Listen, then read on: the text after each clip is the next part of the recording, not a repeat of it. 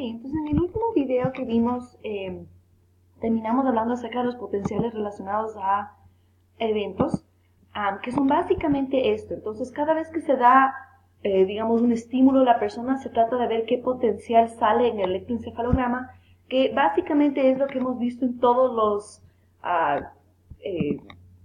medidas eléctricas que hemos visto cardiovasculares, por ejemplo, electrocardiograma, electrogastrograma, que es básicamente este potencial que es la señal que emite el potencial de acción frente a un estímulo que se le presenta. Entonces en el cerebro es lo mismo, tratamos de buscar básicamente los potenciales relacionados a un evento para determinar el nivel al cual la persona está procesando la información, porque en el cerebro realmente la amplitud, que viene a ser la altura nuevamente que tiene esta onda, nos va a dar una idea del nivel o la profundidad a la cual la persona está procesando el estímulo. Y aquí la latencia, que es esta distancia de acá, nos va a indicar qué tan rápido la persona está pudiendo procesar la información. Es decir, desde que le presentas el estímulo hasta que la persona empieza a procesar la información, cuánto se demora. Entonces una cosa que encuentran es que a medida que los niños crecen, va a disminuir la latencia y aumentar la amplitud, lo cual hace sentido porque a medida que uno crece y mejora tu capacidad cognitiva, va a disminuir el tiempo que te demora entre que te presentan el estímulo y empiezas a procesar lo que te están diciendo. Y también va a aumentar el nivel al cual procesas, entonces la amplitud va a aumentar. La latencia disminuye y la amplitud aumenta a medida que uno crece.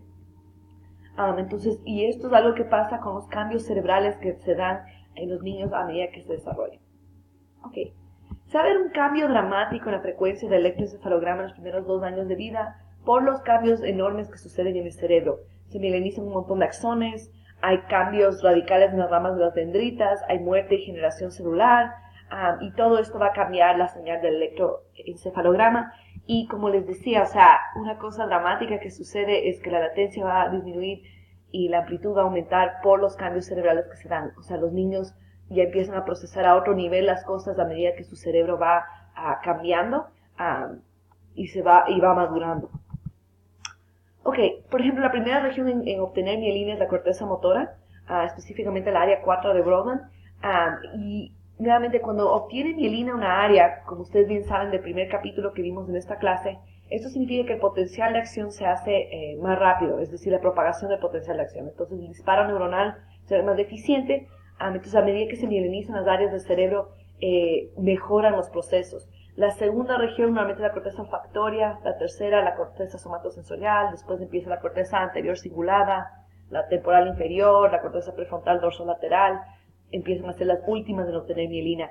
Y la corteza prefrontal dorsolateral es la que es esencial en muchas tareas de Piaget, como por ejemplo permanencia de objeto y cosas así.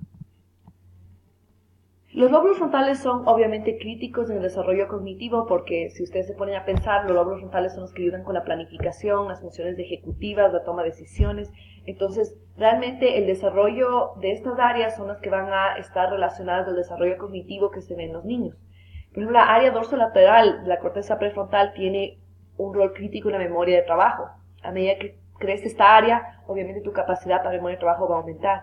Y eso es súper importante durante el primer y segundo año de vida, pero es algo que se sigue desarrollando a medida que los niños crecen. También es súper importante para la inhibición, los lóbulos frontales, para poder regular emociones, por ejemplo, facilita la expresión emocional, y es algo que vamos a hablar más en un momento, porque cuando pensamos en lóbulos frontales normalmente solo estamos pensando en la parte cognitiva, pero también tienen un rol súper importante en el desarrollo emocional de los niños, y vamos a hablar más acerca de eso en un momento. Varios estudios que se hicieron del electroencefalograma viendo la coherencia a través de las edades encontraron que normalmente hay una reorganización de coherencia entre los hemisferios derechos e izquierdos a las edades justamente que Piaget había establecido que deberían haber cambios en el cerebro. Entonces, por ejemplo, he encontrado que hay cambios en la corteza frontal, dorsolateral, en el desempeño de esta prueba que se llama permanencia de objeto, que todo el mundo seguro ha visto en psicología del desarrollo, que es esta capacidad de los niños de cuando desaparece un objeto, digamos, le pones debajo de una manta, el niño se empieza a dar cuenta que no es que el objeto ha desaparecido en sí, literalmente, sino que está debajo de la manta, lo cual le llaman permanencia de objeto. Y esto involucra a la corteza frontal dorsolateral. Los errores A, no B, ya les puse un video, por favor chequenlo. Es permanencia de objeto, pero es un error que cometen los niños cuando todavía no está totalmente desarrollada la corteza frontal dorsolateral, donde sí entienden algo de la permanencia de objeto, pero todavía no del todo. Entonces les sugiero que vean este video para que entiendan bien de qué se trata los errores A, no B. Ok, y los cambios en la coherencia del electroencefalograma están relacionados al éxito de los infantes en esta área. Ahora, ¿a qué se refiere la coherencia? Entonces, la coherencia es básicamente, tú tienes digamos que esto es la cabeza del niño, ¿sí? Y el electroencefalograma básicamente de lo que se trata es de poner un montón de electrodos en todo el cerebro, digamos, en toda la cabeza del niño. Entonces, tú tienes varios electrodos y cada una de estas manda una señal. Cuando hay coherencia es porque, por ejemplo, digamos que estos dos electrodos emiten una señal muy similar, muy coherente entre las dos. ¿Qué significa esto? Significa que estas dos áreas del cerebro lo más probable es que se están tratando de conectar. Dos neuronas que disparan juntas van a empezar a conectarse. Entonces, el hecho de que estas dos áreas empiecen a tener coherencia, es decir, que las neuronas, digamos, que está captando este electrodo, la actividad de estas neuronas, mientras mayor coherencia hay en las señales, significa que estas dos áreas se están tratando de conectar. Y, por ejemplo, cuando se conecta la área dorsolateral de la corteza prefrontal, empiezan los niños a poder hacer esto de permanencia de objeto. Okay. Entonces esto básicamente encuentran lo mismo en primates incluso que no son humanos, encuentran que también si es que no madura esta área de la corteza dorsolateral, van a tener más dificultad en la tarea de A, no B, que es una de permanencia de objeto. Esto está totalmente relacionado a cuánto madura esta área con si es que los niños pueden hacer esto de permanencia de objeto y entender los errores de A, no B. Otro estudio han encontrado que en realidad también cambia la frecuencia del electroencefalograma, y esto es algo que hemos hablado antes, justamente viendo las ondas. Si es que ustedes recuerdan, tenemos las ondas beta y también tenemos las delta, que son enormes, y encuentran que aumentan la frecuencia y se hacen más como las beta a medida que aumenta la edad de los niños. Desde el primer mes de vida hasta los 12 meses, es decir, el primer año, hay un incremento increíble en la actividad alfa y reducción en el delta, que es justamente lo que les indicaba aquí por el aumento en frecuencia que hay en el electroencefalograma, mostrando que hay una maduración enorme del cerebro y que está cambiando la profundidad a la cual el niño está procesando, está consciente, está el cerebro madurando. Entonces eso es bastante interesante. Si es que todavía es súper prevalente la onda delta en la corteza cerebral y la alfa y la beta están ausentes, esto normalmente está asociado a problemas atencionales, a retraso mental, independiente de la edad y el contexto. Entonces es súper importante empezar a ver en ese primer año de vida esos cambios en el electroencefalograma. Como les decía, por ejemplo, ver el delta tiene de 0.5 a 4 Hz, poquísima frecuencia. En cambio, si vemos el beta o el alfa, 8 a 13, 13 a 30, muchísimo más frecuencia. Yo sé que esto se ve como más frecuencia porque son enormes y son lentas, pero no. Frecuencia es de esto, qué tan rápido viene un potencial tras otro. Entonces, lo que empezamos a tratar de ver es cuando se desarrolla el cerebro que empieza a cambiar, empieza a haber menos delta y más de estas ondas alfa y beta, indicación de maduración cerebral. Okay. Esto es de estimulación transmagnética craneal, seguro lo han escuchado. Se utiliza esto para ver si se puede activar ciertas áreas del cerebro. Por ejemplo, en la depresión se trata de activar los lóbulos frontales a través de este magneto para ver si es que esto disminuye los síntomas de depresión, porque una cosa clásica que ven en la depresión es que hay una disminución en actividad de los lóbulos frontales, en especial el izquierdo. El derecho normalmente sí está, y vamos a hablar más acerca de eso en un momento. Entonces le estimulan al lóbulo frontal izquierdo muchas veces cuando la persona está con depresión.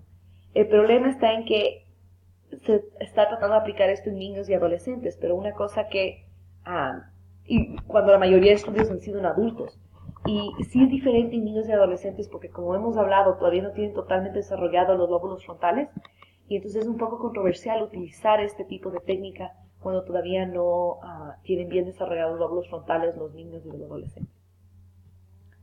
Ok, entonces como les decía yo, mientras mayor coherencia hay, es una medida de mayor conexión neuronal, es decir, que los axones de esas áreas, de esas neuronas se están tratando de conectar. Y se mide como la consistencia en la amplitud y la fase entre dos señales. Entonces, por ejemplo, si es que yo tengo un electrodo que está emitiendo esta señal, vamos a tratar de ver otro electrodo que tenga esta señal, o sea, una señal muy parecida, donde vemos que las fases coinciden, que las amplitudes coinciden. Eso significa que hay mayor conexión. Ok. Bien, en el desarrollo del lenguaje, entonces se ha usado el electroencefalograma para ver cómo los niños desarrollan habilidades lingüísticas.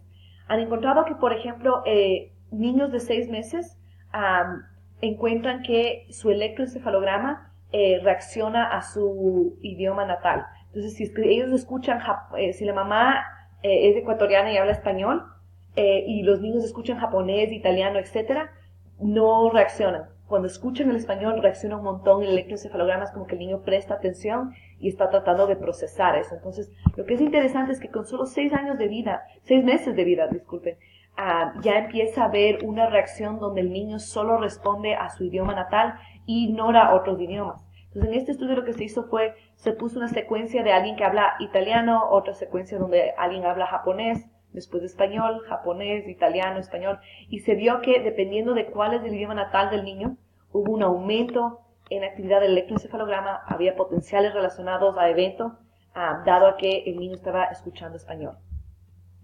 Si el niño es prematuro, van a ser 6 meses después del nacimiento planeado. Porque los niños prematuros, obviamente, por ejemplo, si tú naces a los 8 meses, es un mes de retraso que tienes, pero no es un retraso real, sino que nosotros la edad la medimos como el día que el niño nació y en realidad debería ser en base a cuando cumple las 40 semanas del embarazo. Ok, bien. Después está toda la parte que es desarrollo emocional y de eso les voy a hablar más en el siguiente video.